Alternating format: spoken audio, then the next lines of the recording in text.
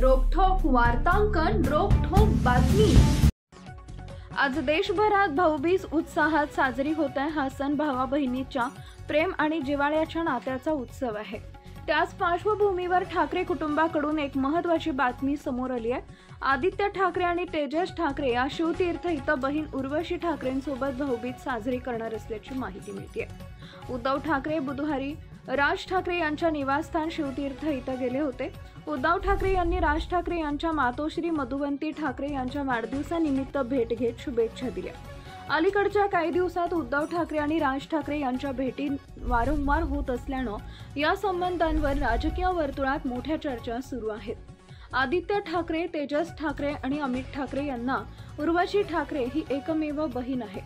मागील काही महिन्यांपासून ठाकरे कुटुंबियांची जवळीक वाढल्यामुळे यंदाची भाऊबीज ही शिवतीर्थावर साजरी होणार असल्याची माहिती मिळते।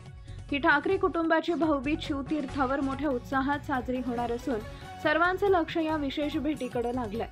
तसेच उद्धव ठाकरे हे जयवंती ठाकरे देशपांडे यांच्या घरी भाऊबीजेच्या कार्यक्रमाला उपस्थित राहण्याची शक्यता वर्तवली जाते। राज ठाकरे आणि उद्धव ठाकरे यांच्या गेल्या काही महिन्यात झालेल्या भेटींची संख्या आता 8 वर पोहोचली आहे। या भेटी कौटुंबिक स्नेहबंधामुळे होत असल्या तरी प्रत्येक भेटीनंतर राज्याच्या राजकारणात मोठी चर्चा रंगते।